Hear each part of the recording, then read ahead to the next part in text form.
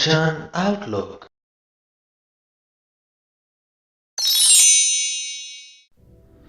ਸ਼ਲੋਕ। ਗਿਆਨ ਅੰਜਨ ਗੁਰ ਦੀਆ ਅਗਿਆਨ ਅੰਧੇਰ ਵਿਨਾਸ਼, ਹਰ ਕਿਰਪਾ ਤੇ ਸੰਤ ਭੇਟਿਆ ਨਾਨਕ ਮਨ ਪ੍ਰਗਾਸ। ਜਿਸ ਮਨੁੱਖ ਨੂੰ ਸਤਿਗੁਰੂ ਨੇ ਗਿਆਨ ਦਾ ਸੁਰਮਾ ਜਾਣੀ ਗਿਆਨ ਅੰਜਨ ਬਖਸ਼ਿਆ ਹੈ, ਉਹਦੇ ਅੰਦਰੋਂ ਅਗਿਆਨਤਾ ਦਾ ਹਨੇਰਾ ਦੂਰ ਹੋ ਜਾਂਦਾ ਹੈ। ਪ੍ਰਭੂ ਦੀ ਕਿਰਪਾ ਦੇ ਨਾਲ ਜਿਹਨੂੰ ਗੁਰੂ ਮਿਲ ਜਾਂਦਾ ਹੈ, ਹਰ ਕਿਰਪਾ ਤੇ ਸੰਤ ਭੇਟਿਆ ਨਾਨਕ ਮਨ ਪ੍ਰਗਾਸ, ਉਹਦੇ ਮਨ ਦੇ ਵਿੱਚ ਗਿਆਨ ਦਾ ਚਾਨਣ ਹੋ ਜਾਂਦਾ ਹੈ। ਸਭ ਤੋਂ ਪਹਿਲਾਂ ਪ੍ਰਭੂ ਦੀ, ਪਰਮਾਤਮਾ ਦੀ, ਅਕਾਲ ਪੁਰਖ ਦੀ ਕਿਰਪਾ ਹੋਣੀ ਜ਼ਰੂਰੀ ਹੈ। ਅਕਾਲ ਪੁਰਖ ਦੀ ਕਿਰਪਾ ਜਿਸ ਮਨੁੱਖ ਤੇ ਹੋਵੇ ਉਹਨੂੰ ਗੁਰੂ ਮਿਲਦਾ ਹੈ। ਗੁਰੂ ਉਸ ਮਨੁੱਖ ਨੂੰ ਗਿਆਨ ਬਖਸ਼ਦਾ ਹੈ। ਗਿਆਨ ਉਸ ਮਨੁੱਖ ਦੇ ਅੰਦਰੋਂ ਅਗਿਆਨਤਾ ਦੇ ਹਨੇਰੇ ਨੂੰ ਦੂਰ ਕਰਦਾ ਹੈ ਤੇ ਅਸਲੀਅਤ ਦੀ ਸਮਝ ਉਸ ਮਨੁੱਖ ਨੂੰ ਬਖਸ਼ਦਾ ਹੈ। ਤੇ ਜਦੋਂ ਅਸਲੀਅਤ ਦੀ ਸਮਝ ਪੈ ਜਾਵੇ ਤਾਂ ਮਨੁੱਖ ਡੋਲਦਾ ਨਹੀਂ, ਸਥਿਰਤਾ ਵਾਲੇ ਪੱਧਰ ਤੇ ਪਹੁੰਚ ਜਾਂਦਾ ਹੈ। ਅਸ਼ਟਪਦੀ। ਸੰਤ ਸੰਗ ਅੰਤਰ ਪ੍ਰਭ ਡੀਠਾ, ਨਾਮ ਪ੍ਰਭੂ ਕਾ ਲਾਗਾ ਮੀਠਾ। ਸੰਤਾਂ ਦੀ ਸੰਗਤ ਕਰਕੇ, ਗੁਰੂ ਦੀ ਸੰਗਤ ਦੇ ਵਿੱਚ ਰਹਿ ਕੇ ਸਾਨੂੰ ਆਪਣੇ ਅੰਦਰੋਂ ਹੀ ਅਕਾਲ ਪੁਰਖ ਦੇ ਦਰਸ਼ਨ ਹੋ ਜਾਂਦੇ ਹਨ। ਸਾਨੂੰ ਆਪਣੇ ਅੰਦਰ ਪ੍ਰਭੂ ਡਿੱਠ ਜਾਂਦਾ ਹੈ। ਬਹੁਤ ਵੱਡੀ ਗੱਲ ਹੈ ਇਹ। ਅਕਸਰ ਅਕਾਲ ਪੁਰਖ ਪਰਮਾਤਮਾ ਨੂੰ ਲੱਭਣ ਦੇ ਲਈ ਲੋਕ ਬਾਹਰ ਲੱਭਦੇ ਨੇ, ਆਪਣੇ ਅੰਦਰ ਝਾਤੀ ਨਹੀਂ ਮਾਰਦੇ। ਜੇ ਸੱਚਾ ਗੁਰੂ ਮਿਲ ਜਾਏ, ਗੁਰੂ ਦੀ ਸੰਗਤ ਦੇ ਵਿੱਚ ਰਹੀਏ, ਗੁਰੂ ਤੋਂ ਗਿਆਨ ਦਾ ਸੁਰਮਾ ਹਾਸਲ ਕਰੀਏ ਤਾਂ ਸਾਨੂੰ ਸਾਡੇ ਅੰਦਰੋਂ ਪਰਮਾਤਮਾ ਦਿਸਣ ਲੱਗਦਾ ਹੈ। ਤੇ ਜਦੋਂ ਇੱਕ ਵਾਰ ਤੁਹਾਨੂੰ ਤੁਹਾਡੇ ਅੰਦਰੋਂ ਪਰਮਾਤਮਾ ਦਿਸ ਗਿਆ ਨਾ, ਤੁਸੀਂ ਕੋਈ ਵੀ ਗਲਤ ਕੰਮ ਨਹੀਂ ਕਰੋਗੇ। ਮਨੁੱਖ ਦੇ ਜੀਵਨ ਵਿੱਚ ਬਹੁਤ ਸਾਰੇ ਅਜਿਹੇ ਪਲ ਆਉਂਦੇ ਹਨ ਜਿਸ ਵਕਤ ਉਹਨੂੰ ਜੋ ਕਰਨਾ ਚਾਹੀਦਾ ਹੁੰਦਾ ਹੈ ਉਹ ਨਾ ਕਰਕੇ, ਤੇ ਜੋ ਨਹੀਂ ਕਰਨਾ ਚਾਹੀਦਾ ਉਹ ਕਰ ਬੈਠਦਾ ਹੈ। ਤੇ ਜਦੋਂ ਉਹ ਕਾਰਜ ਕਰ ਰਿਹਾ ਹੁੰਦਾ ਹੈ ਤਾਂ ਮਨ ਦੇ ਵਿੱਚ ਕਿਤੇ ਨਾ ਕਿਤੇ ਇੱਕ ਖਿਆਲ ਹੁੰਦਾ ਹੈ ਕਿ ਮੈਨੂੰ ਕਿਹੜਾ ਕੋਈ ਵੇਖ ਰਿਹਾ ਹੈ। ਉਦਾਹਰਣ ਦੇ ਤੌਰ ਤੇ ਜੇਕਰ ਕਿਤੇ ਕੋਈ ਚੇਤਾਵਨੀ ਲਿਖੀ ਹੋਵੇ, ਕਿਸੇ ਜਗ੍ਹਾ ਤੇ ਅਸੀਂ ਜਾਈਏ, ਉੱਥੇ ਕੋਈ ਚੇਤਾਵਨੀ ਲਿਖੀ ਹੋਵੇ ਕਿ ਤੁਸੀਂ ਇਸ ਵਸਤੂ ਨੂੰ ਹੱਥ ਨਹੀਂ ਲਾਉਣਾ ਜਾਂ ਤੁਸੀਂ ਇਸ ਜਗ੍ਹਾ ਤੇ ਬੈਠਣਾ ਨਹੀਂ, ਤਾਂ ਬੜੇ ਵਾਰ ਮਨੁੱਖ ਦੇ ਅੰਦਰ ਇੱਕ ਉਤਸੁਕਤਾ ਪੈਦਾ ਹੋ ਜਾਂਦੀ ਹੈ ਕਿ ਕੀ ਹੋਏਗਾ ਜੇਕਰ ਮੈਂ ਇਸ ਚੇਤਾਵਨੀ ਨੂੰ ਨਾ ਮੰਨਾਂ। ਇਹਨਾਂ ਨੇ ਕਿਹਾ ਹੈ ਕਿ ਇਸ ਵਸਤੂ ਨੂੰ ਹੱਥ ਨਹੀਂ ਲਾਉਣਾ, ਤਾਂ ਮਨੁੱਖ ਦੇ ਅੰਦਰ ਉਤਸੁਕਤਾ ਪੈਦਾ ਹੋ ਜਾਂਦੀ ਹੈ ਕਿ ਹੱਥ ਲਗਾ ਕੇ ਤੇ ਦੇਖੀਏ ਹੁੰਦਾ ਕੀ ਹੈ। ਤਾਂ ਉਸ ਵਕਤ ਮਨੁੱਖ ਆਪਣੇ ਆਸ-ਪਾਸ ਝਾਤੀ ਮਾਰਦਾ ਹੈ, ਵੇਖਦਾ ਹੈ ਕਿ ਮੈਨੂੰ ਕੋਈ ਵੇਖ ਤੇ ਨਹੀਂ ਰਿਹਾ।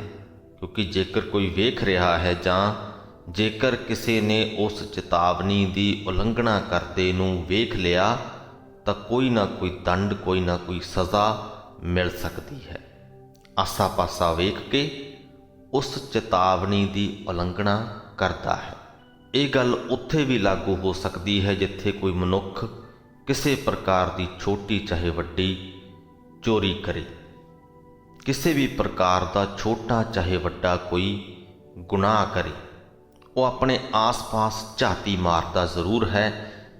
ਜੇਕਰ ਕੋਈ ਨਹੀਂ ਵੇਖ ਰਿਹਾ ਤੇ ਉਸ ਗੁਨਾਹ ਨੂੰ, ਉਸ ਚੋਰੀ ਨੂੰ ਕਰ ਦਿੰਦਾ ਹੈ, ਨੇਪਰੇ ਚਾੜ ਦਿੰਦਾ ਹੈ।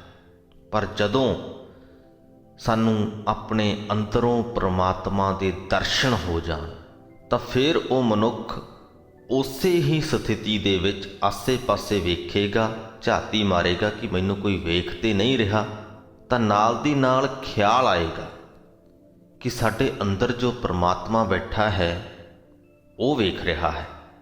ਹਾਂ, ਹੋਰ ਕੋਈ ਮਨੁੱਖ, ਕੋਈ ਜੀਵ ਨਹੀਂ ਵੇਖ ਰਿਹਾ, ਪਰ ਜੋ ਸਾਡੇ ਅੰਦਰ ਬੈਠਾ ਹੈ ਉਹ ਵੇਖ ਰਿਹਾ ਹੈ। ਤੁਸੀਂ ਉਹ ਛੋਟੇ ਤੋਂ ਵੱਡਾ ਗੁਨਾਹ ਨਹੀਂ ਕਰੋਗੇ, ਨਾ ਕੋਈ ਛੋਟਾ ਨਾ ਕੋਈ ਵੱਡਾ। ਜੇ ਕੋਈ ਚੇਤਾਵਨੀ ਲਿਖੀ ਹੈ ਉਹਦੀ ਉਲੰਘਣਾ ਨਹੀਂ ਕਰੋਗੇ, ਉਹਨੂੰ ਮੰਨੋਗੇ। ਤੇ ਅੰਦਰ ਪ੍ਰਮਾਤਮਾ ਸਾਨੂੰ ਕਦੋਂ ਦਿਖਦਾ? ਜਦੋਂ ਅਸੀਂ ਗੁਰੂ ਦੇ ਲੜ ਲੱਗਦੇ ਹਾਂ। ਤੇ ਸਾਡਾ ਗੁਰੂ ਕੌਣ ਹੈ? ਇਲਾਹੀ ਗੁਰੂ ਸ੍ਰੀ ਗੁਰੂ ਗ੍ਰੰਥ ਸਾਹਿਬ ਜੀ। ਗੁਰੂ ਦੇ ਲੜ ਕਿਵੇਂ ਲੱਗਣਾ ਹੈ? ਗੁਰੂ ਦੀਆਂ ਸਿੱਖਿਆਵਾਂ ਨੂੰ ਸੁਣ ਕੇ, ਉਹਨਾਂ ਨੂੰ ਸਮਝ ਕੇ, ਉਹਨਾਂ ਨੂੰ ਆਪਣੀ ਜ਼ਿੰਦਗੀ ਦੇ ਵਿੱਚ ਉਤਾਰ ਕੇ। ਇਹ ਨਹੀਂ ਹੈ ਕਿ ਅਸੀਂ ਗੁਰੂ ਦੇ ਕੋਲ ਜਾ ਕੇ ਬੈਠੇ ਰਹੀਏ ਤੇ ਕਹਿ ਦਈਏ ਕਿ ਅਸੀਂ ਗੁਰੂ ਦੇ ਲੜ ਲੱਗੇ ਹਾਂ। ਜਦ ਤੱਕ ਅਸੀਂ ਗੁਰੂ ਦੀਆਂ ਸਿੱਖਿਆਵਾਂ ਨੂੰ ਹੀ ਨਹੀਂ ਸੁਣਿਆ, ਜਦ ਤੱਕ ਉਹਨਾਂ ਸਿੱਖਿਆਵਾਂ ਨੂੰ ਸਮਝਿਆ ਹੀ ਨਹੀਂ ਤੇ ਸਮਝ ਕੇ ਆਪਣੀ ਜ਼ਿੰਦਗੀ ਦੇ ਵਿੱਚ ਲੈ ਕੇ ਹੀ ਨਹੀਂ ਆਂਦਾ, ਤਦ ਤੱਕ ਅਸੀਂ ਇਹ ਨਹੀਂ ਕਹਿ ਸਕਦੇ ਕਿ ਅਸੀਂ ਗੁਰੂ ਦੇ ਲੜ ਲੱਗੇ ਹਾਂ। ਹਾਂ, ਸਰੀਰਕ ਤੌਰ 'ਤੇ ਅਸੀਂ ਗੁਰੂ ਦੇ ਕੋਲ ਜ਼ਰੂਰ ਬੈਠੇ ਹੋ ਸਕਦੇ ਹਾਂ, ਪਰ ਸਰੀਰਕ ਤੌਰ 'ਤੇ ਗੁਰੂ ਦੇ ਕੋਲ ਬੈਠਣ ਨਾਲ ਸਾਨੂੰ ਸਾਡੇ ਅੰਦਰੋਂ ਪਰਮਾਤਮਾ ਦੇ ਦਰਸ਼ਨ ਨਹੀਂ ਹੋਣੇ। ਜੇ ਮਾਨਸਿਕ ਤੌਰ 'ਤੇ, ਆਤਮਿਕ ਤੌਰ 'ਤੇ ਗੁਰੂ ਦੇ ਲੜ ਲੱਗਾਂਗੇ, ਗੁਰੂ ਦੇ ਕੋਲ ਬੈਠਾਂਗੇ, ਤਾਂ ਸਾਨੂੰ ਸਾਡੇ ਅੰਦਰੋਂ ਪਰਮਾਤਮਾ ਦੇ ਦਰਸ਼ਨ ਜ਼ਰੂਰ ਹੋਣਗੇ। ਤੇ ਉਹ ਦਰਸ਼ਨ ਤੇ ਉਹ ਪਰਮਾਤਮਾ ਪਲ ਪਲ ਸਾਡੀ ਜ਼ਿੰਦਗੀ ਦੇ ਵਿੱਚ ਸਾਡਾ ਸਹਾਈ ਹੋਏਗਾ। ਔਖੇ ਵੇਲੇ ਸਾਨੂੰ ਹਿੰਮਤ ਵੀ ਬਖਸ਼ੇਗਾ, ਸੌਖੇ ਵੇਲੇ ਸਾਨੂੰ ਧੀਰਜ ਵੀ ਬਖਸ਼ੇਗਾ। ਸੋ ਸੰਤ ਸੰਗ ਅੰਤਰ ਪ੍ਰਭ ਡੀਠਾ, ਨਾਮ ਪ੍ਰਭੂ ਕਾ ਲਾਗਾ ਮਿੱਠਾ। ਗੁਰੂ ਦੀ ਸੰਗਤ ਵਿੱਚ ਰਹਿ ਕੇ ਜਦੋਂ ਸਾਨੂੰ ਸਾਡੇ ਅੰਦਰੋਂ ਪਰਮਾਤਮਾ ਦੇ ਦਰਸ਼ਨ ਹੋ ਜਾਣ ਤਾਂ ਪਰਮਾਤਮਾ ਦਾ ਪਿਆਰਾ ਨਾਮ ਸਾਨੂੰ ਮਿੱਠਾ ਲੱਗਣ ਲੱਗਦਾ ਹੈ, ਚੰਗਾ ਲੱਗਣ ਲੱਗਦਾ ਹੈ। ਸਗਲ ਸਮਿਗਰੀ ਏਕਸ ਘਟ ਮਾਹੇ, ਅਨਕ ਰੰਗ ਨਾਨਾ ਦ੍ਰਿਸ਼ਟਾਹੇ। ਸਗਲ ਸਮਿਗਰੀ, ਦੁਨੀਆ ਦੇ ਸਾਰੇ ਹੀ ਪਦਾਰਥ ਸਾਨੂੰ ਇੱਕ ਪ੍ਰਭੂ ਦੇ ਵਿੱਚ ਲੀਨ ਦਿਸਦੇ ਹਨ। ਸਾਨੂੰ ਇਹ ਅਹਿਸਾਸ ਹੋ ਜਾਂਦਾ ਹੈ ਕਿ ਦੁਨੀਆ ਦੇ ਸਾਰੇ ਹੀ ਪਦਾਰਥ ਉਸ ਪਰਮਾਤਮਾ ਦੀ ਮਲਕੀਅਤ ਦੇ ਵਿੱਚ ਹਨ। ਦੁਨੀਆ ਦੇ ਵਿੱਚ ਵਰਤਦੇ ਹੋਏ ਅਨੇਕਾਂ ਪ੍ਰਕਾਰ ਦੇ ਰੰਗ ਤਮਾਸ਼ੇ ਉਸ ਪ੍ਰਭੂ ਤੋਂ ਹੀ ਨਿਕਲੇ ਹਨ, ਉਸ ਪ੍ਰਭੂ ਤੋਂ ਹੀ ਪੈਦਾ ਹੋਏ ਹਨ। ਇਹਨਾਂ ਗੱਲਾਂ ਦਾ ਅਹਿਸਾਸ ਸਾਨੂੰ ਹੋ ਜਾਂਦਾ ਹੈ। ਨੌ ਨਿਧ ਅੰਮ੍ਰਿਤ ਪ੍ਰਭ ਕਾ ਨਾਮ, ਦੇਹੀ ਮੈਂ ਇਸਕਾ ਵਿਸ਼ਰਾਮ। ਨੌ ਖਜ਼ਾਨਿਆਂ ਦੇ ਬਰਾਬਰ ਤੇ ਅੰਮ੍ਰਿਤ ਰੂਪ ਹੈ ਪ੍ਰਭੂ ਦਾ ਨਾਮ। ਸਾਡੀ ਦੇਹ ਦੇ ਵਿੱਚ ਇਸ ਨਾਮ ਦਾ ਵਿਸ਼ਰਾਮ ਹੋ ਜਾਂਦਾ ਹੈ, ਟਿਕਾਣਾ ਹੋ ਜਾਂਦਾ ਹੈ। ਤੇ ਜਦੋਂ ਸਾਡੇ ਅੰਦਰ ਨਾਮ ਦਾ ਟਿਕਾਣਾ ਬਣ ਗਿਆ ਤਾਂ ਸੁਨ ਸਮਾਦ ਅਨਹਤ ਤਾ ਨਾਦ, ਕਹਿਨ ਨਾ ਜਾਈ ਅਚਰਜ ਵਿਸਮਾਦ। ਫਿਰ ਸਾਡੇ ਅੰਦਰ ਸੁੰਨ ਸਮਾਧੀ ਹੋ ਜਾਂਦੀ ਹੈ। ਜਿੱਥੇ ਸੁੰਨ ਹੋਵੇ ਉੱਥੇ ਖਾਲੀਪਣ ਹੁੰਦਾ ਹੈ, ਕੁਛ ਨਹੀਂ ਹੁੰਦਾ, ਬਿਲਕੁਲ ਸੁੰਨ। ਨਾ ਉੱਥੇ ਕੋਈ ਖੁਸ਼ੀ, ਨਾ ਉੱਥੇ ਕੋਈ ਗਮ, ਨਾ ਕੋਈ ਡਰ, ਨਾ ਕੋਈ ਭੈ, ਨਾ ਕਿਸੇ ਦੇ ਨਾਲ ਕੋਈ ਵੈਰ ਵਿਰੋਧ, ਕੁਝ ਵੀ ਨਹੀਂ। ਪਰਮ ਸ਼ਾਂਤੀ ਹੋ ਜਾਂਦੀ ਹੈ। ਇੰਜ ਲੱਗਦਾ ਹੈ ਜਿਵੇਂ ਕੋਈ ਰਾਗ ਇੱਕ ਰਸ ਵੱਜ ਰਿਹਾ ਹੋਵੇ ਤੇ ਆਨੰਦ ਦੀਆਂ ਤਰੰਗਾਂ ਸਾਡੇ ਅੰਦਰ ਛੇੜ ਰਿਹਾ ਹੋਵੇ। ਤੇ ਉਹ ਆਨੰਦ, ਉਹ ਰਾਗ ਇੱਕ ਰਸ ਵੱਜਦਾ ਹੋਇਆ ਇੰਨਾ ਅਚਰਜ ਹੁੰਦਾ ਹੈ ਕਿ ਉਹਨੂੰ ਅਸੀਂ ਸ਼ਬਦਾਂ ਦੇ ਵਿੱਚ ਬਿਆਨ ਨਹੀਂ ਕਰ ਸਕਦੇ। ਉਸ ਮਾਨਸਿਕ ਅਤੇ ਆਤਮਿਕ ਅਵਸਥਾ ਨੂੰ ਸਿਰਫ ਮਾਣਿਆ ਜਾ ਸਕਦਾ ਹੈ, ਬਿਆਨ ਨਹੀਂ ਕੀਤਾ ਜਾ ਸਕਦਾ। ਅਸੀਂ ਆਪਣੇ ਅੰਦਰ ਝਾਤੀਆਂ ਮਾਰੀ, 2 ਪਲ ਦੇ ਲਈ ਸਭ ਕੁਝ ਛੱਡ ਕੇ ਸ਼ਾਂਤ ਬੈਠ ਜਾਈਏ ਤਾਂ ਵੀ ਸਾਡਾ ਮਨ ਸ਼ਾਂਤ ਨਹੀਂ ਹੁੰਦਾ। ਮਨ ਦੇ ਵਿੱਚ ਕੁਝ ਨਾ ਕੁਝ ਚੱਲੀ ਹੀ ਜਾਏਗਾ, ਚੱਲੀ ਹੀ ਜਾਏਗਾ। ਜੇਕਰ ਕੁਝ ਪਲਾਂ ਦੇ ਲਈ ਸ਼ਾਂਤ ਹੋ ਕੇ ਬੈਠ ਜਾਈਏ ਤਾਂ ਐਸੀਆਂ ਐਸੀਆਂ ਚੀਜ਼ਾਂ, ਐਸੀਆਂ ਐਸੀਆਂ ਸੋਚਾਂ ਸਾਡੇ ਮਨ ਦੇ ਵਿੱਚ ਚੱਲਣ ਲੱਗਦੀਆਂ ਹਨ ਜਿਨ੍ਹਾਂ ਦਾ ਉਸ ਵਕਤ ਦੇ ਸਾਡੇ ਹਾਲਾਤ ਦੇ ਨਾਲ ਕੋਈ ਬਹੁਤਾ ਲੈਣਾ ਦੇਣਾ ਵੀ ਨਹੀਂ ਹੁੰਦਾ। ਸਾਡੇ ਭੂਤ ਕਾਲ ਦੇ ਵਿੱਚੋਂ, ਭਾਵ ਜੋ ਸਮਾਂ ਲੰਘ ਚੁੱਕਿਆ, ਜੋ ਜ਼ਿੰਦਗੀ ਅਸੀਂ ਬਤੀਤ ਕਰ ਚੁੱਕੇ ਹਾਂ, ਉਸ ਸਮੇਂ ਦੇ ਵਿੱਚੋਂ ਕੋਈ ਨਾ ਕੋਈ ਵਰਤਾਰਾ ਸਾਡੇ ਮਨ ਦੇ ਵਿੱਚ ਉੱਭਰ ਆਏਗਾ ਤੇ ਅਸੀਂ ਉਹਦੇ ਬਾਰੇ ਸੋਚਣ ਲੱਗਾਂਗੇ ਕਿ ਉਸ ਵਕਤ ਇੰਜ ਹੋਇਆ ਸੀ। ਜਾਂ ਫਿਰ ਭਵਿੱਖ ਕਾਲ ਦੇ ਖਿਆਲ ਸਾਡੇ ਮਨ ਦੇ ਵਿੱਚ ਆਉਣ ਲੱਗਦੇ ਨੇ ਕਿ ਸ਼ਾਇਦ ਕਦੇ ਭਵਿੱਖ ਦੇ ਵਿੱਚ ਇੰਜ ਹੋ ਜਾਏਗਾ, ਮੇਰੀ ਜ਼ਿੰਦਗੀ ਇਸ ਪ੍ਰਕਾਰ ਦੀ ਹੋ ਜਾਏਗੀ, ਪਰ ਸ਼ਾਂਤੀ ਨਹੀਂ ਹੁੰਦੀ।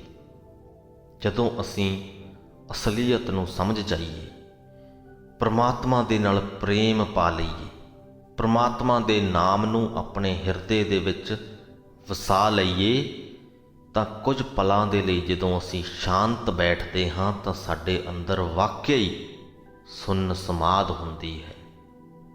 ਬਲਕਿ ਅੱਗੇ ਪਿੱਛੇ ਵੀ ਸਾਡੀ ਜੋ ਜ਼ਿੰਦਗੀ ਅਸੀਂ ਬਤੀਤ ਕਰਦੇ ਹਾਂ, ਉਦੋਂ ਵੀ ਅਸੀਂ ਬੜੇ ਹੀ ਸ਼ਾਂਤ, ਬੜੇ ਹੀ ਰਸਮਈ, ਬੜੇ ਹੀ ਆਨੰਦਮਈ ਭਾਵ ਦੇ ਵਿੱਚ ਰਹਿੰਦੇ ਹਾਂ। ਦੁਨੀਆ 'ਤੇ ਸਾਨੂੰ ਕੁਝ ਬੁਰਾ ਪ੍ਰਤੀਤ ਹੀ ਨਹੀਂ ਹੁੰਦਾ, ਸਾਨੂੰ ਸਭ ਕੁਝ ਹੀ ਚੰਗਾ ਹੀ ਚੰਗਾ ਲੱਗਦਾ ਹੈ। ਉਸ ਪਰਮਾਤਮਾ ਦੀ ਰਜ਼ਾ ਵਰਤਦੀ ਹੋਈ ਸਾਨੂੰ ਦਿਖਦੀ ਹੈ।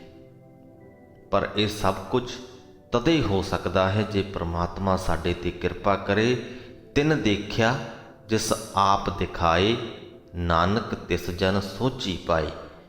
ਇਹ ਆਨੰਦ, ਇਹ ਨਜ਼ਾਰਾ ਉਸ ਮਨੁੱਖ ਨੇ ਹੀ ਵੇਖਿਆ ਹੈ ਜਿਸ ਨੂੰ ਪ੍ਰਭੂ ਆਪ ਵਿਖਾਉਂਦਾ ਹੈ। ਹੇ ਨਾਨਕ, ਉਸ ਮਨੁੱਖ ਦੇ ਅੰਦਰ ਪਰਮਾਤਮਾ ਦੀ ਸਮਝ ਆ ਜਾਂਦੀ ਹੈ। ਸੋ ਅੰਤਰ ਸੋ ਬਾਹਰ ਅਨੰਤ, ਘਟ ਘਟ ਵਿਆਪ ਰਹਿਆ ਭਗਵੰਤ। ਉਹ ਅਨੰਤ ਅਤੇ ਬੇਅੰਤ ਪਰਮਾਤਮਾ ਅੰਦਰ ਵੀ ਅਤੇ ਬਾਹਰ ਵੀ ਹਰ ਥਾਂ ਮੌਜੂਦ ਹੈ। ਸਾਡੇ ਅੰਦਰ ਵੀ ਮੌਜੂਦ ਹੈ, ਬਾਕੀ ਦੇ ਇਨਸਾਨਾਂ, ਬਾਕੀ ਦੇ ਜੀਵਾਂ ਦੇ ਵਿੱਚ ਵੀ ਮੌਜੂਦ ਹੈ, ਹਵਾ ਦੇ ਵਿੱਚ ਵੀ ਮੌਜੂਦ ਹੈ, ਆਕਾਸ਼ ਦੇ ਵਿੱਚ ਵੀ ਮੌਜੂਦ ਹੈ। ਹਰ ਥਾਂ ਉਸ ਪਰਮਾਤਮਾ ਦੀ ਮੌਜੂਦਗੀ ਹੈ। ਹਰ ਸਰੀਰ ਦੇ ਵਿੱਚ ਘਟ ਘਟ ਵਿਆਪ ਰਹਿਆ ਭਗਵੰਤ। ਹਰੇਕ ਸਰੀਰ ਦੇ ਵਿੱਚ ਉਹ ਪਰਮਾਤਮਾ ਵਿਆਪ ਰਿਹਾ ਹੈ, ਵਸ ਰਿਹਾ ਹੈ। ਧਰਨ ਮਾਹੇ ਆਕਾਸ਼ ਪਇਆਲ, ਸਰਬ ਲੋਕ ਪੂਰਨ ਪ੍ਰਤਪਾਲ। ਧਰਤੀ, ਆਕਾਸ਼ ਅਤੇ ਪਾਤਾਲ ਵਿੱਚ ਵੀ ਹੈ, ਸਾਰੇ ਭਵਨਾਂ ਵਿੱਚ ਵੀ ਹੈ, ਸਭਨਾਂ ਦੀ ਪਾਲਣਾ ਵੀ ਕਰਦਾ ਹੈ।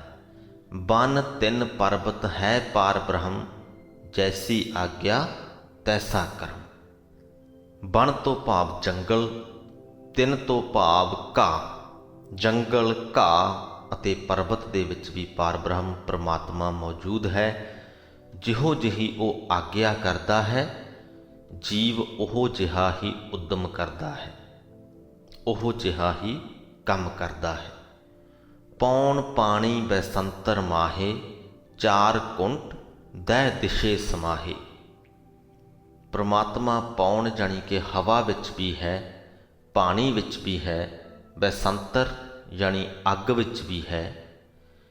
ਇਸ ਸੰਸਾਰ ਦੇ ਚੌਹਾਂ ਖੂੰਜਿਆਂ ਅਤੇ 10 ਦਿਸ਼ਾਵਾਂ ਦੇ ਵਿੱਚ ਵੀ ਹੈ। ਤਿਸ ਤੇ ਭਿੰਨ ਨਹੀਂ ਕੋ ਠਾਓ। ਕੋਈ ਵੀ ਜਗ੍ਹਾ ਉਸ ਪਰਮਾਤਮਾ ਤੋਂ ਵੱਖਰੀ ਨਹੀਂ ਹੈ, ਉਹ ਹਰ ਥਾਂ ਹੀ ਮੌਜੂਦ ਹੈ। ਗੁਰ ਪ੍ਰਸਾਦ ਨਾਨਕ ਸੁਖ ਪਾਓ। ਹੇ ਨਾਨਕ, ਇਹ ਜੋ ਨਿਸ਼ਚਾ ਹੈ ਕਿ ਪਰਮਾਤਮਾ ਹਰ ਥਾਂ ਮੌਜੂਦ ਹੈ, ਇਹ ਗੁਰੂ ਦੀ ਕਿਰਪਾ ਦੇ ਨਾਲ ਸਾਡੇ ਅੰਦਰ ਵਸਦਾ ਹੈ। ਗੁਰੂ ਦੀ ਕਿਰਪਾ ਹੋਏ ਤਾਂ ਸਾਡੇ ਅੰਦਰ ਇਹ ਨਿਸ਼ਚਾ ਹੋ ਪਾਉਂਦਾ ਹੈ ਕਿ ਹਾਂ, ਪਰਮਾਤਮਾ ਵਾਕਿਆ ਹੀ ਹਰ ਥਾਂ ਵਸਦਾ ਹੈ। ਤੇ ਜਦ ਇੱਕ ਵਾਰ ਇਹ ਨਿਸ਼ਚਾ ਸਾਡੇ ਅੰਦਰ ਹੋ ਜਾਏ ਤਾਂ ਅਸੀਂ ਆਨੰਦ ਪ੍ਰਾਪਤ ਕਰਦੇ ਹਾਂ, ਸੁਖ ਪ੍ਰਾਪਤ ਕਰਦੇ ਹਾਂ। ਵੇਦ ਪੁਰਾਨ ਸਿਮਰਤ ਮਹਿ ਦੇਖ, ਸਸੀਅਰ ਸੂਰ ਨਖੱਤਰ ਮਹਿ ਏਕ। ਗੁਰੂ ਜੀ ਕਹਿੰਦੇ ਕਿ ਵੇਦਾਂ ਵਿੱਚ, ਪੁਰਾਣਾਂ ਵਿੱਚ, ਸਮਿਰਤੀਆਂ ਵਿੱਚ ਉਸੇ ਪ੍ਰਭੂ ਨੂੰ ਤੱਕੋ। ਉਸੇ ਪ੍ਰਭੂ ਦੀ ਹੀ ਗੱਲ ਇਹਨਾਂ ਸ਼ਾਸਤਰਾਂ ਦੇ ਵਿੱਚ ਵੀ ਕੀਤੀ ਗਈ ਹੈ। ਚੰਦਰਮਾ, ਸੂਰਜ, ਤਾਰਿਆਂ ਵਿੱਚ ਵੀ ਇੱਕ ਉਹੀ ਪਰਮਾਤਮਾ ਹੈ। ਬਾਣੀ ਪ੍ਰਭ ਕੀ ਸਭ ਕੋ ਬੋਲੈ, ਆਪ ਅਡੋਲ ਨਾ ਕਬਹੂ ਡੋਲੈ। ਸਭਨਾਂ ਦੇ ਅੰਦਰ ਪਰਮਾਤਮਾ ਦੀ ਬਾਣੀ ਹੀ ਬੋਲਦੀ ਹੈ। ਹਰੇਕ ਜੀਵ ਹੀ ਅਕਾਲ ਪੁਰਖ ਦੀ ਬੋਲੀ ਬੋਲਦਾ ਹੈ। ਉਹਦੇ ਬਣਾਏ ਹੋਏ ਜੀਵ ਕਈ ਵਾਰ ਡੋਲ ਜਾਂਦੇ ਹਨ, ਪਰ ਉਹ ਪਰਮਾਤਮਾ ਅਡੋਲ ਹੈ ਉਹ ਕਦੇ ਵੀ ਨਹੀਂ ਡੋਲਦਾ। ਸਰਬ ਕਲਾ ਕਰ ਖੇਲੈ ਖੇਲ, ਮੋਲ ਨਾ ਪਾਈਐ ਗੁਣਹਾਂ ਅਮੋਲ। ਪ੍ਰਮਾਤਮਾ ਸਾਰੀਆਂ ਤਾਕਤਾਂ ਰਚ ਕੇ ਜਗਤ ਦੀਆਂ ਖੇਡਾਂ ਖੇਡ ਰਿਹਾ ਹੈ। ਇਸ ਸ੍ਰਿਸ਼ਟੀ ਦੇ ਵਿੱਚ ਕਈ ਪ੍ਰਕਾਰ ਦੀਆਂ ਤਾਕਤਾਂ ਹਨ, ਕਈ ਪ੍ਰਕਾਰ ਦੇ ਵਰਤਾਰੇ ਹਨ, ਕਈ ਪ੍ਰਕਾਰ ਦੇ ਬਲ ਹਨ, ਕਈ ਪ੍ਰਕਾਰ ਦੀਆਂ ਊਰਜਾਵਾਂ ਹਨ। ਇਹ ਸਭ ਕੁਝ ਰਚ ਕੇ ਪ੍ਰਮਾਤਮਾ ਇਸ ਜਗਤ ਦੀ ਖੇਡ ਖੇਡ ਰਿਹਾ ਹੈ। ਉਹ ਕਿਤੋਂ ਵੀ ਮੁੱਲ ਨਹੀਂ ਮਿਲਦਾ। ਮੋਲ ਨਾ ਪਾਈਏ ਗੁਣਹਾਂ ਅਮੋਲ। ਉਹ ਅਮੋਲਕ ਗੁਣਾਂ ਵਾਲਾ ਹੈ। ਉਸ ਪ੍ਰਮਾਤਮਾ ਨੂੰ ਅਸੀਂ ਮੁੱਲ ਨਹੀਂ ਖਰੀਦ ਸਕਦੇ। ਹਾਲਾਂਕਿ ਮਨੁੱਖ ਕੋਸ਼ਿਸ਼ ਬੜੀ ਕਰਦਾ ਹੈ। ਜਦ ਮਨੁੱਖ ਪ੍ਰਮਾਤਮਾ ਦੇ ਨਾਮ 'ਤੇ ਮਹਿੰਗੇ ਮਹਿੰਗੇ ਸਮਾਗਮ ਕਰਦਾ ਹੈ, ਪ੍ਰਮਾਤਮਾ ਦੇ ਨਾਮ 'ਤੇ ਜ਼ਿਆਦਾ ਤੋਂ ਜ਼ਿਆਦਾ ਦਾਨ ਪੁੰਨ ਕਰਦਾ ਹੈ, ਜਿਨ੍ਹਾਂ ਚਾਰ ਦੀਵਾਰੀਆਂ ਦੇ ਵਿੱਚ ਮਨੁੱਖ ਨੇ ਉਸ ਪ੍ਰਮਾਤਮਾ ਨੂੰ ਕੈਦ ਕਰਨ ਦੀ ਕੋਸ਼ਿਸ਼ ਕੀਤੀ ਹੋਈ ਹੈ, ਉਹਨਾਂ ਚਾਰ ਦੀਵਾਰੀਆਂ ਦੇ ਵਿੱਚ ਜਾ ਕੇ ਵੱਧ ਤੋਂ ਵੱਧ ਮਾਇਕ ਪਦਾਰਥ ਭੇਂਟ ਕਰਦਾ ਹੈ। ਇਹ ਸਭ ਕੁਝ ਕਰਨ ਦੇ ਪਿੱਛੇ ਆਸ ਕੀ ਹੁੰਦੀ ਹੈ ਕਿ ਪ੍ਰਮਾਤਮਾ ਸਾਡੇ 'ਤੇ ਮਿਹਰ ਕਰੇਗਾ, ਪ੍ਰਮਾਤਮਾ ਸਾਨੂੰ ਮਿਲ ਜਾਏਗਾ। ਪਰ ਉਹ ਪ੍ਰਮਾਤਮਾ ਸਾਡੀਆਂ ਭੇਂਟਾਂ ਦਾ ਮੁਹਤਾਜ ਨਹੀਂ ਹੈ। ਇਹ ਸਭ ਕੁਝ ਤੇ ਉਸੇ ਨੇ ਹੀ ਸਾਨੂੰ ਬਖਸ਼ਿਆ ਹੋਇਆ ਹੈ। ਇਹ ਧਨ ਪਦਾਰਥ ਜਿਨ੍ਹਾਂ ਦੇ ਅਸੀਂ ਮਾਲਕ ਹਾਂ, ਇਹ ਸਭ ਕੁਝ ਤੇ ਉਸ ਪ੍ਰਮਾਤਮਾ ਦੀਆਂ ਹੀ ਬਣਾਈਆਂ ਹੋਈਆਂ ਚੀਜ਼ਾਂ ਨੇ। ਇਹੀ ਵਾਪਸ ਜੇਕਰ ਅਸੀਂ ਉਸ ਪ੍ਰਮਾਤਮਾ ਨੂੰ ਭੇਂਟ ਕਰ ਦਈਏ ਤਾਂ ਇਹਨਾਂ ਦਾ ਉਸ ਪ੍ਰਮਾਤਮਾ 'ਤੇ ਕੋਈ ਅਹਿਸਾਨ ਨਹੀਂ ਹੈ, ਅਤੇ ਇਹਨਾਂ ਨੂੰ ਵਰਤ ਕੇ ਅਸੀਂ ਉਸ ਪ੍ਰਮਾਤਮਾ ਨੂੰ ਖਰੀਦ ਨਹੀਂ ਸਕਦੇ। ਉਹ ਅਮੋਲਕ ਗੁਣਾਂ ਦਾ ਮਾਲਕ ਹੈ, ਉਹਦੇ ਗੁਣਾਂ ਦਾ ਮੁੱਲ ਨਹੀਂ ਪਾਇਆ ਜਾ ਸਕਦਾ, ਅਤੇ ਉਸ ਪ੍ਰਮਾਤਮਾ ਨੂੰ ਵੀ ਮੁੱਲ ਨਹੀਂ ਪਾਇਆ ਜਾ ਸਕਦਾ। ਅਤੇ ਮੁੱਲ ਪਾਉਣ ਦੀ ਲੋੜ ਵੀ ਕੀ ਹੈ? ਜੋ ਚੀਜ਼ ਸਾਡੇ ਕੋਲ ਪਹਿਲਾਂ ਤੋਂ ਹੀ ਹੈ, ਉਸੇ ਹੀ ਚੀਜ਼ ਨੂੰ ਅਸੀਂ ਕਿਉਂ ਖਰੀਦਣ ਦੀ ਕੋਸ਼ਿਸ਼ ਕਰਦੇ ਹਾਂ? ਸਰਬ ਜੋਤ ਮਹਿ ਜਾ ਕੀ ਜੋਤ। ਸਾਡੇ ਅੰਦਰ ਵੀ ਆਤਮਾ ਹੈ, ਸਾਡੇ ਅੰਦਰ ਜੋਤ ਹੈ।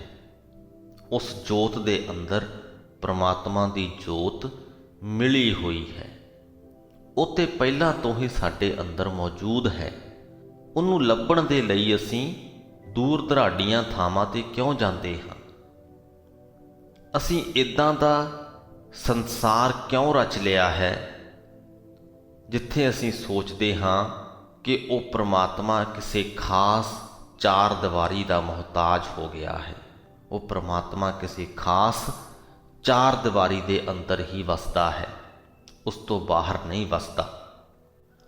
ਸੋ ਸਦਾ ਚੇਤੇ ਦੇ ਵਿੱਚ ਰੱਖੀਏ, ਸਰਬ ਜੋਤ ਮਹਿ ਜਾ ਕੀ ਜੋਤ। ਸਾਰੀਆਂ ਹੀ ਜੋਤਾਂ ਦੇ ਵਿੱਚ ਉਸ ਪ੍ਰਮਾਤਮਾ ਦੀ ਜੋਤ ਮਿਲੀ ਹੋਈ ਹੈ। ਉਹ ਪ੍ਰਮਾਤਮਾ ਕਦੇ ਵੀ ਸਾਡੇ ਤੋਂ ਵੱਖ ਨਹੀਂ, ਜਾਂ ਅਸੀਂ ਕਦੇ ਵੀ ਉਸ ਪ੍ਰਮਾਤਮਾ ਤੋਂ ਵੱਖ ਨਹੀਂ।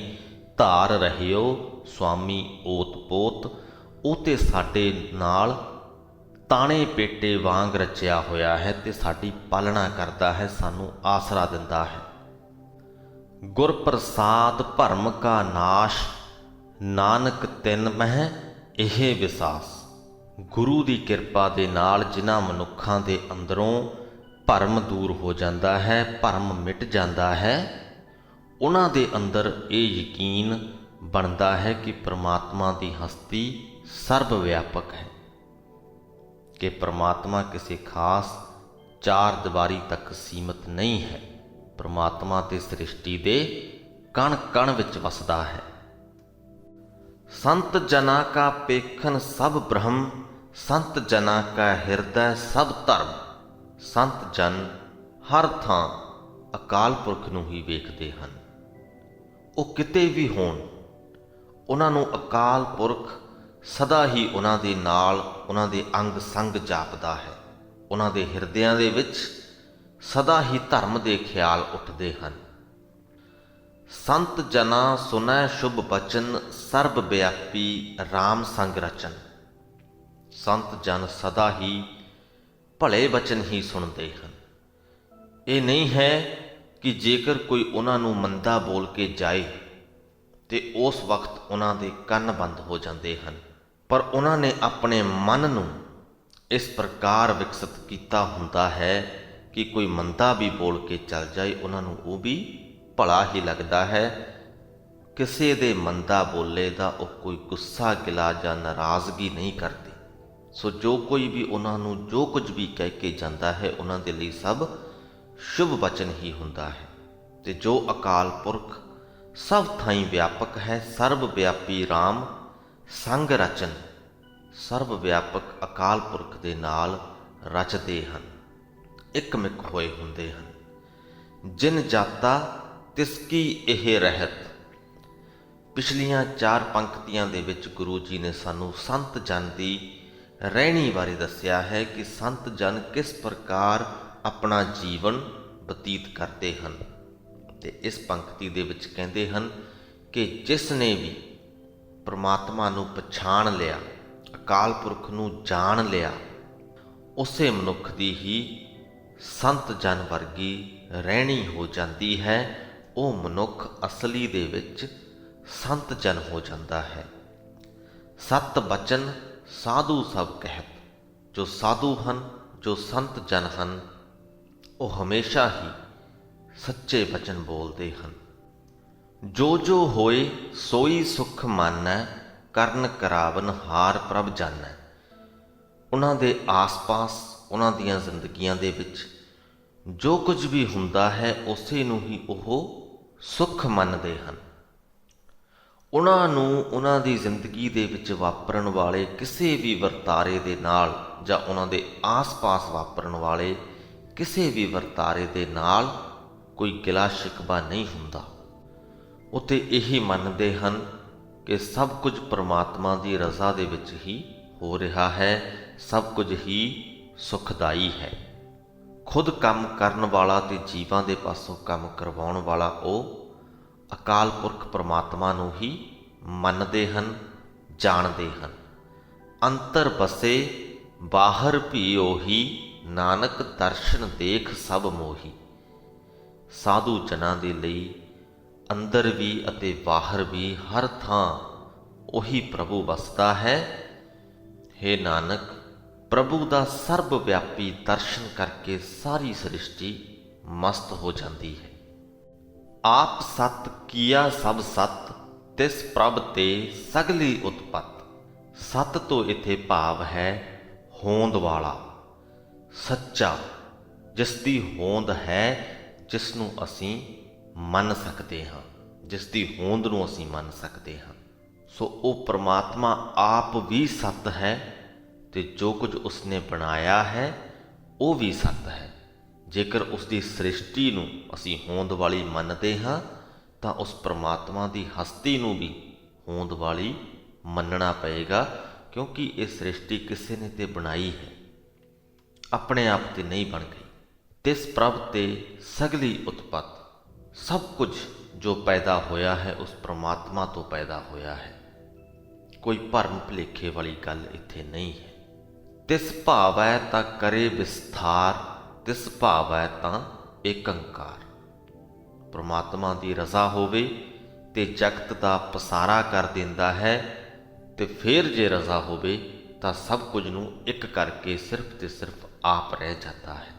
ਮਨੁੱਖ ਨੇ ਕੋਸ਼ਿਸ਼ ਕਰਕੇ ਜੋ ਸ੍ਰਿਸ਼ਟੀ ਦੀ ਉਤਪੱਤੀ ਦੀ ਇੱਕ ਥਿਊਰੀ ਬਣਾਈ ਹੈ, ਉਹ ਵੀ ਕਿਸੇ ਖਾਸ ਸਮੇਂ ਤੱਕ ਹੀ ਸਾਨੂੰ ਭੂਤਕਾਲ ਦੇ ਵਿੱਚ ਲੈ ਕੇ ਜਾਂਦੀ ਹੈ, ਪਾਸਟ ਦੇ ਵਿੱਚ ਲੈ ਕੇ ਜਾਂਦੀ ਹੈ। ਉਸ ਤੋਂ ਪਹਿਲੇ ਕੀ ਹੋਇਆ ਕੋਈ ਨਹੀਂ ਜਾਣਦਾ। ਬਿਗ ਬੈਂਗ ਥਿਊਰੀ ਦੇ ਬਾਰੇ ਜੇਕਰ ਤੁਸੀਂ ਸੁਣਿਆ ਹੈ ਤਾਂ ਉਸ ਤੋਂ ਅੱਗੇ ਦੀ ਹੀ ਸਾਨੂੰ, ਉਸ ਤੋਂ ਅੱਗੇ ਦਾ ਹੀ ਜੋ ਇਤਿਹਾਸ ਹੈ ਸਾਨੂੰ ਪੜ੍ਹਨ ਨੂੰ ਮਿਲਦਾ ਹੈ।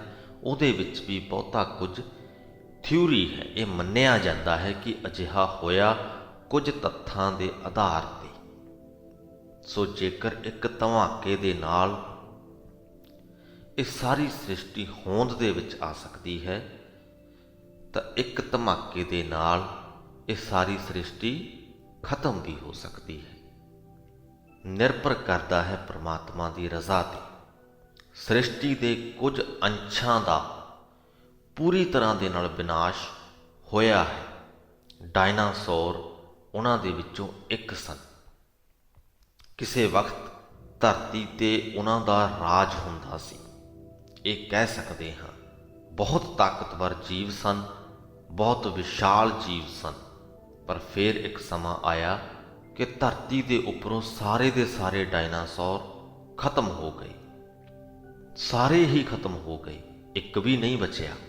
ਸੋ ਪਰਮਾਤਮਾ ਦੀ ਰਜ਼ਾ ਹੋਈ ਤਾਂ ਉਹਨਾਂ ਨੇ ਇਸ ਸ੍ਰਿਸ਼ਟੀ ਦੀ ਰਚਨਾ ਕਰ ਦਿੱਤੀ। ਉਸ ਸ੍ਰਿਸ਼ਟੀ ਦੇ ਵਿੱਚ ਡਾਇਨਾਸੌਰਾਂ ਦੀ ਵੀ ਰਚਨਾ ਕੀਤੀ ਅਤੇ ਫਿਰ ਜਦ ਰਜ਼ਾ ਹੋਈ ਤਾਂ ਉਹਨਾਂ ਨੂੰ ਖਤਮ ਵੀ ਕਰ ਦਿੱਤਾ। ਉਹਦੀ ਰਜ਼ਾ 'ਤੇ ਨਿਰਭਰ ਕਰਦਾ ਹੈ। ਅੱਜ ਅਸੀਂ ਇਸ ਸੰਸਾਰ ਦੇ ਵਿੱਚ ਵਿਚਰ ਰਹੇ ਹਾਂ। ਸਭ ਕੁਝ ਸਾਨੂੰ ਨਜ਼ਰ ਹੀ ਆ ਰਿਹਾ ਹੈ। ਬਹੁਤ ਸੋਹਣੀ ਧਰਤੀ ਹੈ, ਚੰਦਰਮਾ, ਸੂਰਜ, ਤਾਰੇ ਹਨ, ਆਸਮਾਨ ਹੈ, ਹਵਾ ਵਗਦੀ ਹੈ, ਸੋਹਣੀ ਬਨਸਪਤੀ ਹੈ, ਮਨੁੱਖ ਹੈ, ਹੋਰ ਬਹੁਤ ਪ੍ਰਕਾਰ ਦੇ ਜੀਵ ਹਨ। ਕੱਲ੍ਹ ਨੂੰ ਇਹ ਸਭ ਕੁਝ ਰਹੇਗਾ ਜਾਂ ਨਹੀਂ, ਕੁਝ ਕਿਹਾ ਨਹੀਂ ਜਾ ਸਕਦਾ। ਪਰਮਾਤਮਾ ਦੀ ਰਜ਼ਾ ਹੋਈ ਤੇ ਇੱਕ ਪਲ ਦੇ ਵਿੱਚ ਸਭ ਕੁਝ ਨਸ਼ਟ ਹੋ ਜਾਏਗਾ। ਇਸ ਤੋਂ ਪਹਿਲਾਂ ਕਿ ਅਸੀਂ ਕੁਝ ਸੋਚ ਸਕੀਏ ਵੀ ਹੋ ਕੀ ਰਿਹਾ ਹੈ, ਅਸੀਂ ਖਤਮ ਹੋ ਚੁੱਕੇ ਹੋਵਾਂਗੇ ਤੇ ਫਿਰ ਤੋਂ ਬਚੇਗਾ ਤੇ ਸਿਰਫ ਉਹ ਪਰਮਾਤਮਾ ਜਿਨ੍ਹੇ ਕਿ ਸਾਰੀ ਸ੍ਰਿਸ਼ਟੀ ਨੂੰ ਆਪਣੇ ਅੰਦਰ ਸਮਾ ਲਿਆ ਹੋਵੇਗਾ। ਤਿਸ ਭਾਵੈ ਤਾਂ ਏਕ ਓੰਕਾਰ, ਇੱਕ ਹੋ ਗਿਆ, ਇੱਕ ਆਪ ਹੀ ਆਪ ਹੋ ਗਿਆ। ਅਨੇਕ ਕਲਾ ਲਖੀ ਨਹਿ ਜਾਏ, ਜਿਸ ਭਾਵੈ ਤਿਸ ਲਏ ਮਿਲਾਏ। ਉਸ ਪਰਮਾਤਮਾ ਦੀਆਂ ਅਨੇਕਾਂ ਤਾਕਤਾਂ ਹਨ, ਅਨੇਕਾਂ ਹੀ ਕਲਾਵਾਂ ਹਨ, ਉਹਨਾਂ ਦਾ ਬਿਆਨ ਨਹੀਂ ਕੀਤਾ ਜਾ ਸਕਦਾ। ਜਿਸ ਉੱਤੇ ਪਰਮਾਤਮਾ ਟੁੱਟਦਾ ਹੈ, ਖੁਸ਼ ਹੁੰਦਾ ਹੈ, ਉਹਨੂੰ ਆਪਣੇ ਨਾਲ ਮਿਲਾ ਲੈਂਦਾ ਹੈ। ਕਵਣ ਨਿਕਟ ਕਵਣ ਕਹੀਐ ਦੂਰ, ਆਪੇ ਆਪ ਭਰਪੂਰ। ਜਦੋਂ ਉਹ ਪਰਮਾਤਮਾ ਸ੍ਰਿਸ਼ਟੀ ਦੇ ਕਣ ਕਣ ਵਿੱਚ ਵਸਦਾ ਹੈ, ਹਰ ਇੱਕ ਜੀਵ ਦੇ ਹਿਰਦੇ ਵਿੱਚ ਉਸ ਪਰਮਾਤਮਾ ਦੀ ਮੌਜੂਦਗੀ ਹੈ, ਤਾਂ ਫਿਰ ਅਸੀਂ ਇਹ ਕਿਸ ਬਿਨਾਹ 'ਤੇ ਕਹਿ ਸਕਦੇ ਹਾਂ ਕਿ ਪਰਮਾਤਮਾ ਇਸ ਤੋਂ ਨੇੜੇ ਹੈ ਤੇ ਇਸ ਤੋਂ ਦੂਰ ਹੈ। ਕਵਣ ਨਿਕਟ ਕਵਣ ਕਹੀਐ ਦੂਰ।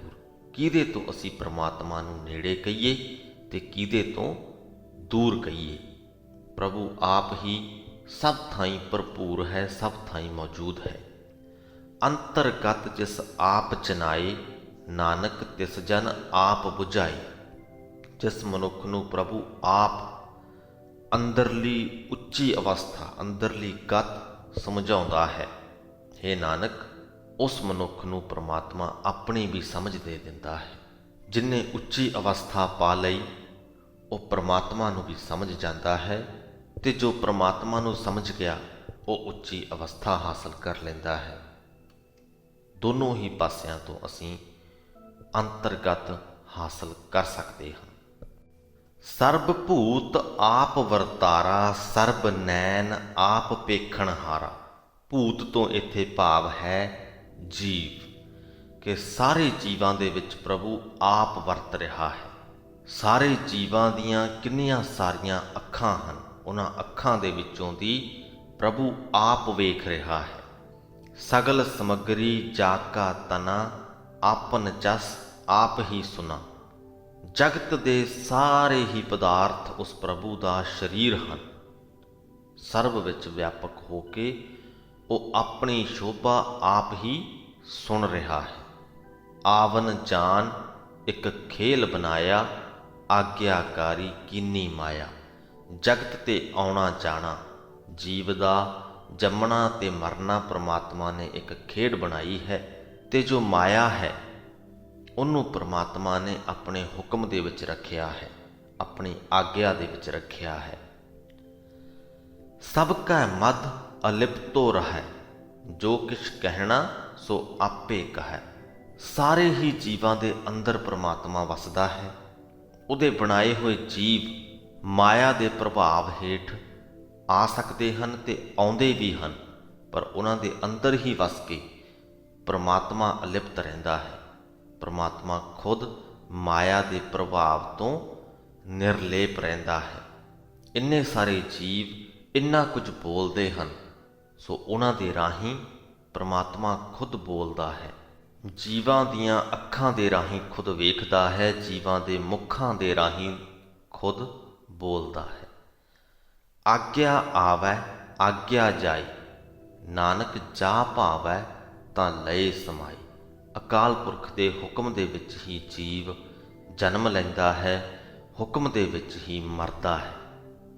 ਜਦ ਉਹਦੀ ਆਗਿਆ ਹੁੰਦੀ ਹੈ ਤਾਂ ਜੀਵ ਸੰਸਾਰ ਤੇ ਆ ਜਾਂਦਾ ਹੈ, ਜਦ ਆਗਿਆ ਹੁੰਦੀ ਹੈ ਤੇ ਸੰਸਾਰ ਤੋਂ ਚਲਾ ਜਾਂਦਾ ਹੈ। ਇਹ ਨਾਨਕ, ਜਦੋਂ ਉਸ ਦੀ ਰਜ਼ਾ ਹੁੰਦੀ ਹੈ, ਜਿਸ ਲਈ ਉਸ ਦੀ ਰਜ਼ਾ ਹੁੰਦੀ ਹੈ, ਉਹਨੂੰ ਉਹ ਆਪਣੇ ਵਿੱਚ ਲੀਨ ਕਰ ਲੈਂਦਾ ਹੈ।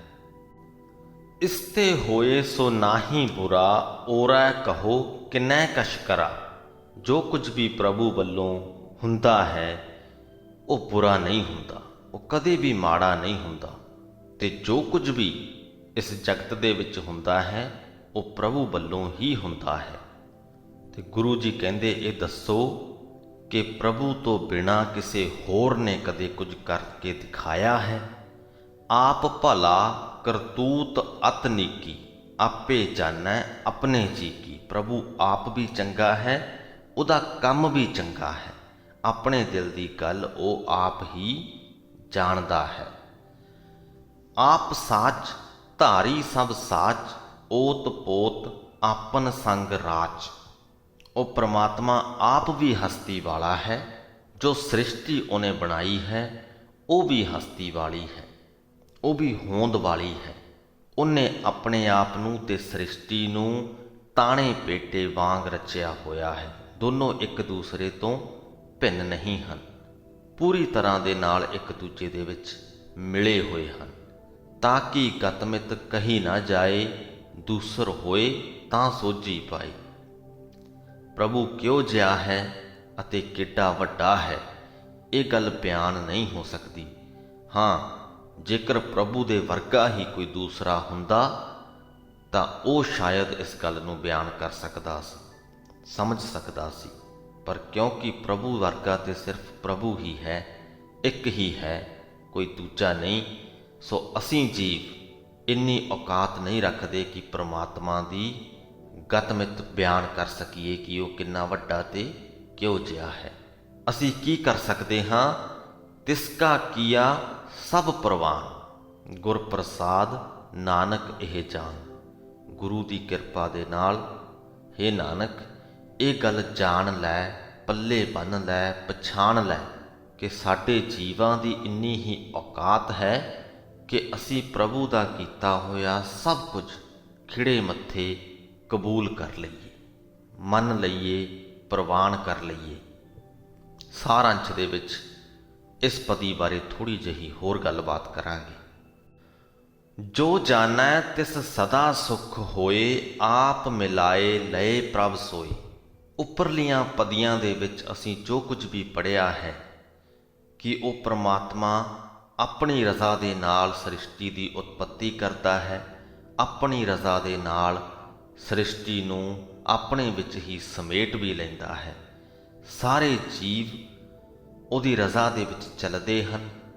ਜੀਵਾਂ ਦੇ ਨੈਣਾਂ ਦੇ ਰਾਹੀਂ ਉਹ ਸਭ ਕੁਝ ਵੇਖਦਾ ਵੀ ਹੈ, ਜੀਵਾਂ ਦੇ ਕੰਨਾਂ ਦੇ ਰਾਹੀਂ ਸਭ ਕੁਝ ਸੁਣਦਾ ਵੀ ਹੈ, ਮੁੱਖਾਂ ਦੇ ਰਾਹੀਂ ਸਭ ਕੁਝ ਬੋਲਦਾ ਵੀ ਉਹ ਪ੍ਰਮਾਤਮਾ ਆਪ ਹੀ ਹੈ। ਕਿਸੇ ਤੋਂ ਦੂਰ ਨਹੀਂ, ਕਿਸੇ ਦੇ ਨੇੜੇ ਨਹੀਂ, ਉਹ ਤੇ ਸ੍ਰਿਸ਼ਟੀ ਦੇ ਕਣ-ਕਣ ਵਿੱਚ ਵਿਆਪਕ ਹੈ। ਪ੍ਰਮਾਤਮਾ ਵੱਲੋਂ ਕੀਤਾ ਹੋਇਆ ਕੁਝ ਵੀ ਮਾੜਾ ਨਹੀਂ ਹੁੰਦਾ। ਪ੍ਰਭੂ ਕਿੰਨਾ ਵੱਡਾ ਹੈ, ਕਿਹੋ ਜਿਹਾ ਹੈ। ਜੀਵਾਂ ਦੀ ਇਹ ਔਕਾਤ ਨਹੀਂ ਕਿ ਉਹ ਇਹ ਜਾਣ ਸਕਣ। ਸਾਡੀ ਔਕਾਤ ਸਿਰਫ ਇੰਨੀ ਹੈ ਕਿ ਪ੍ਰਭੂ ਦੇ ਕੀਤੇ ਹੋਏ ਨੂੰ ਸਿਰ ਮੱਥੇ ਮੰਨ ਲਈਏ। ਇਹ ਸਭ ਕੁਝ ਜੋ ਅਸੀਂ ਇਸ ਅਸ਼ਟਪਦੀ ਵਿੱਚ ਹੁਣ ਤੱਕ ਪੜ੍ਹਿਆ ਹੈ, ਅਸ਼ਟਪਦੀ ਦੀ ਆਖਰੀ ਪਦੀ ਦੀ ਪਹਿਲੀ ਪੰਕਤੀ ਦੇ ਵਿੱਚ ਗੁਰੂ ਜੀ ਕਹਿੰਦੇ ਹਨ ਕਿ ਜੋ ਜਾਣੈ ਤਿਸ ਸਦਾ ਸੁਖ ਹੋਏ। ਜਿਸ ਮਨੁੱਖ ਨੇ ਇਹ ਸਭ ਕੁਝ ਜਾਣ ਲਿਆ, ਉਹਦੇ ਲਈ ਸਦਾ ਹੀ ਸੁੱਖ ਹੁੰਦਾ ਹੈ। ਉਹਦੀ ਜ਼ਿੰਦਗੀ ਦੇ ਵਿੱਚ ਕਦੇ ਵੀ ਕੋਈ ਵੀ ਵਰਤਾਰਾ ਉਹਨੂੰ ਦੁਖੀ ਨਹੀਂ ਕਰ ਸਕਦਾ। ਸੋ ਇਹ ਇੱਕ ਪ੍ਰਕਾਰ ਦਾ ਆਪਣਾ ਸਾਰ ਅੰਸ਼ ਵੀ ਹੋ ਗਿਆ ਹੈ ਅੱਜ ਦੀ ਅਸ਼ਟਪਦੀ ਦਾ। ਬਾਕੀ ਸਾਰ ਅੰਸ਼ ਦੇ ਵਿੱਚ ਆਪਾਂ ਜੋ ਪਿਛਲੀ ਪਦੀ ਪੜ੍ਹੀ ਹੈ ਉਹਦੇ ਬਾਰੇ ਥੋੜ੍ਹੀ ਹੋਰ ਗੱਲਬਾਤ ਜ਼ਰੂਰ ਕਰਾਂਗੇ। ਹੁਣ ਅੱਗੇ ਚੱਲਦੇ ਹਾਂ। ਆਪ ਮਿਲਾਏ ਲਏ ਪ੍ਰਭ ਸੋਈ। ਉਸ ਮਨੁੱਖ ਨੂੰ ਉਹ ਪਰਮਾਤਮਾ ਆਪਣੇ ਨਾਲ ਮਿਲਾ ਲੈਂਦਾ ਹੈ। ਕਿਹੜੇ ਮਨੁੱਖ ਨੂੰ?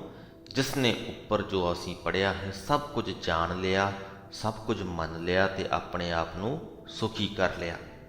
ਉਹ ਧਨਵੰਤ, ਕੁਲਵੰਤ, ਪਤਵੰਤ, ਜੀਵਨ ਮੁਕਤ, ਜਿਸ ਹਿਰਦੈ ਭਗਵੰਤ। ਜਿਸ ਮਨੁੱਖ ਦੇ ਹਿਰਦੇ ਵਿੱਚ ਭਗਵਾਨ ਆ ਵਸਦਾ ਹੈ ਉਹ ਜਿਉਂਦਾ ਹੀ ਮੁਕਤ ਹੋ ਜਾਂਦਾ ਹੈ। ਮੁਕਤੀ ਕਾਹਦੇ ਤੋਂ ਮਿਲਦੀ ਹੈ? ਦੁੱਖਾਂ ਸੁੱਖਾਂ ਤੋਂ, ਵਿਕਾਰਾਂ ਤੋਂ, ਪਾਪਾਂ ਤੋਂ, ਭੈੜੀ ਸੋਚ ਤੋਂ, ਚਿੰਤਾਵਾਂ ਤੋਂ, ਜਨਮ ਮਰਨ ਦੇ ਗੇੜ ਤੋਂ। ਜਿਸ ਦੇ ਹਿਰਦੇ ਵਿੱਚ ਭਗਵਾਨ ਆ ਵਸੇ, ਇਹਨਾਂ ਸਾਰੀਆਂ ਹੀ ਗੱਲਾਂ ਤੋਂ ਉਹ ਇਨਸਾਨ ਮੁਕਤ ਹੋ ਜਾਂਦਾ ਹੈ, ਜਿਉਂਦਾ ਹੀ ਮੁਕਤ ਹੋ ਜਾਂਦਾ ਹੈ। ਉਹ ਧਨ ਵਾਲਾ, ਕੁੱਲ ਵਾਲਾ ਤੇ ਇੱਜ਼ਤ ਵਾਲਾ ਹੋ ਜਾਂਦਾ ਹੈ। ਧਨ ਧਨ ਧਨ ਜਨ ਆਇਆ, ਜਿਸ ਪ੍ਰਸਾਦ ਸਭ ਜਗਤ ਤਰਾਇਆ। ਜਿਸ ਮਨੁੱਖ ਦੀ ਕਿਰਪਾ ਦੇ ਨਾਲ ਸਾਰਾ ਜਗਤ ਤਰ ਜਾਏ, ਜਿਸ ਮਨੁੱਖ ਦੀ ਕਿਰਪਾ ਦੇ ਨਾਲ ਸਾਰੇ ਜਗਤ ਨੂੰ ਇਹ ਸਿੱਖਿਆਵਾਂ ਸਮਝ ਦੇ ਵਿੱਚ ਆ ਜਾਣ, ਸਾਰਾ ਜਗਤ ਸੌਖਾ ਹੋ ਜਾਏ, ਸਾਰਾ ਜਗਤ ਜਿਉਂਦਾ ਹੀ ਮੁਕਤ ਹੋ ਜਾਏ, ਉਸ ਮਨੁੱਖ ਦਾ ਇਸ ਸੰਸਾਰ ਦੇ ਵਿੱਚ ਆਉਣਾ ਮੁਬਾਰਕ ਹੈ, ਧੰਨ ਧੰਨ ਹੈ। ਗੁਰੂ ਨਾਨਕ ਸਾਹਿਬ ਦਾ ਇਸ ਦੁਨੀਆ ਦੇ ਵਿੱਚ ਆਉਣਾ ਮੁਬਾਰਕ ਸੀ। ਉਸ ਤੋਂ ਬਾਅਦ ਜੋ ਸਾਡੇ 9 ਹੋਰ ਗੁਰੂ ਅਤੇ ਫਿਰ ਸ੍ਰੀ ਗੁਰੂ ਗ੍ਰੰਥ ਸਾਹਿਬ ਜੀ ਹੋਏ, ਉਹਨਾਂ ਦਾ ਵੀ ਇਸ ਦੁਨੀਆ ਦੇ ਵਿੱਚ ਆਉਣਾ ਮੁਬਾਰਕਬਾਦ ਸੀ।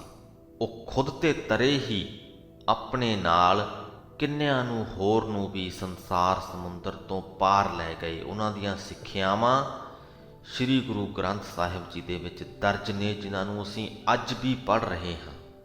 ਗੁਰੂ ਨਾਨਕ ਸਾਹਿਬ ਦੇ ਆਗਮਨ ਤੋਂ ਕਰੀਬ 500-550 ਸਾਲ ਬਾਅਦ ਵੀ ਅਸੀਂ ਅੱਜ ਉਹਨਾਂ ਦੀਆਂ ਸਿੱਖਿਆਵਾਂ ਨੂੰ ਪੜ੍ਹ ਕੇ ਮੁਕਤ ਹੋ ਰਹੇ ਹਾਂ ਮਾਇਆ ਦੇ ਬੰਧਨਾਂ ਤੋਂ।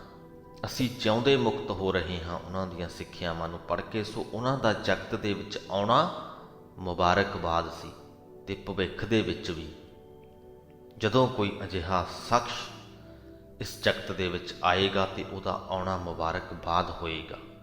ਜਨ ਆਵਨ ਕਾ ਇਹ ਸੁਆਓ, ਜਨ ਕੈ ਸੰਗ ਚਿੱਤ ਆਵੈ ਨਾਉ।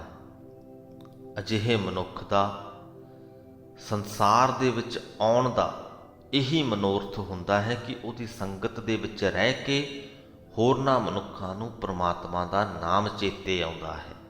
ਆਪ ਮੁਕਤ ਮੁਕਤ ਕਰੈ ਸੰਸਾਰ, ਨਾਨਕ ਤਿਸ ਜਨ ਕੋ ਸਦਾ ਨਮਸਕਾਰ।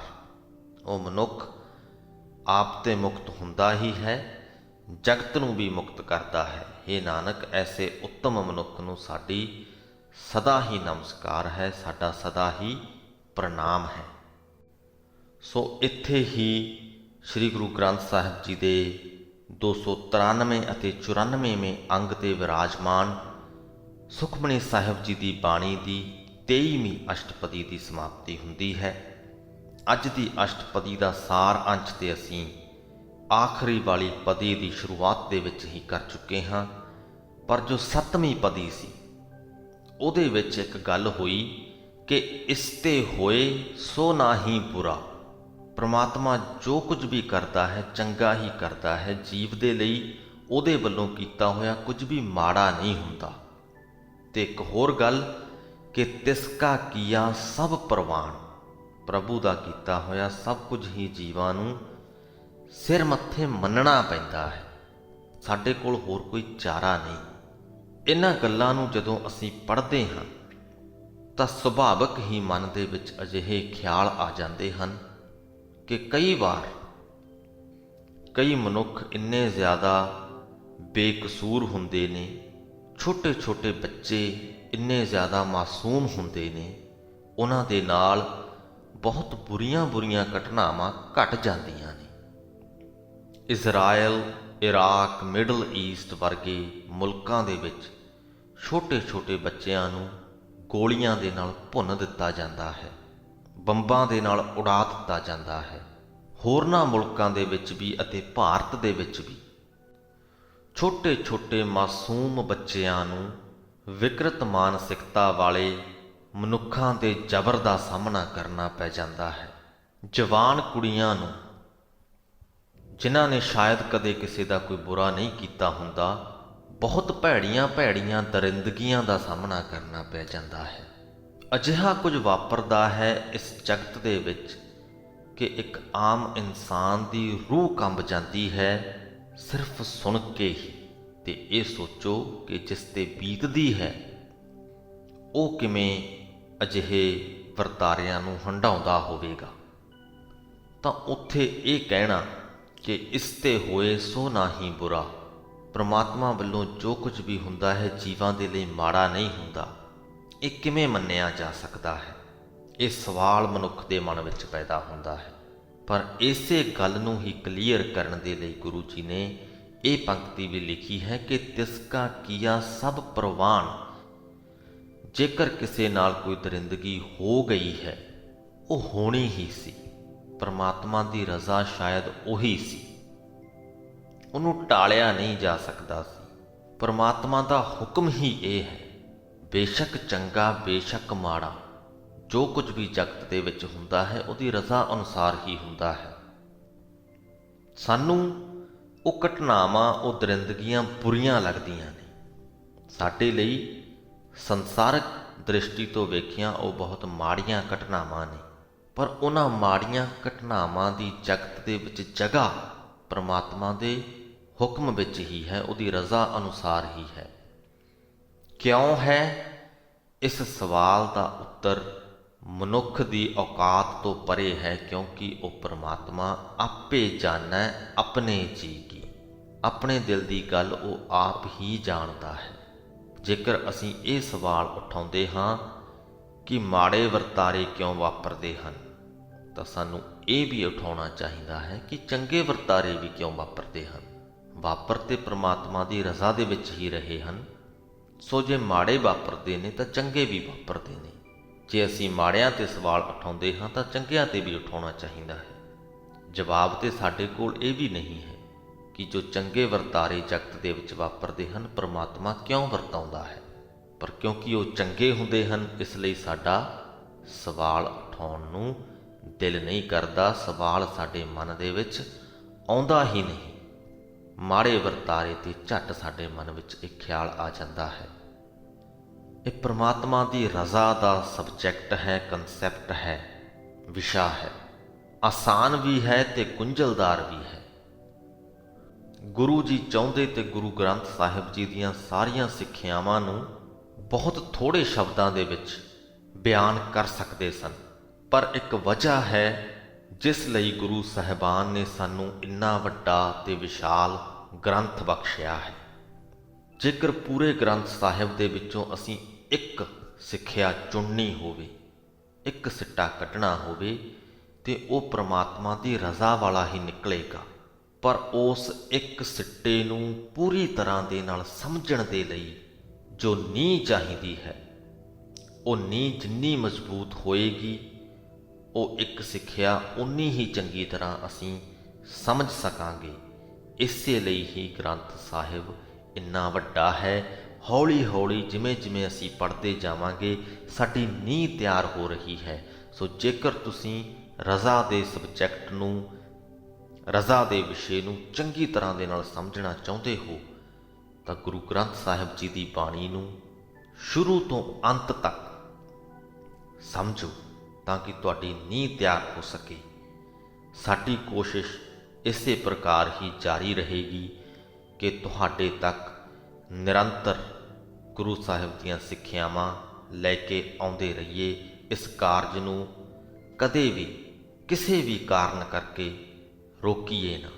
ਪਰਮਾਤਮਾ ਬਲ ਬਖਸ਼ਦਾ ਰਹੇ, ਬੁੱਧੀ ਬਖਸ਼ਦਾ ਰਹੇ ਤੇ ਅਸੀਂ ਇਸ ਕਾਰਜ ਨੂੰ ਜਾਰੀ ਰੱਖ ਸਕੀਏ। ਬਾਕੀ ਜਾਰੀ ਰਹਿੰਦਾ ਹੈ ਜਾਂ ਖਤਮ ਹੁੰਦਾ ਹੈ, ਇਹ ਤੇ ਉਸ ਪਰਮਾਤਮਾ ਦੀ ਰਜ਼ਾ ਤੇ ਨਿਰਭਰ ਹੈ।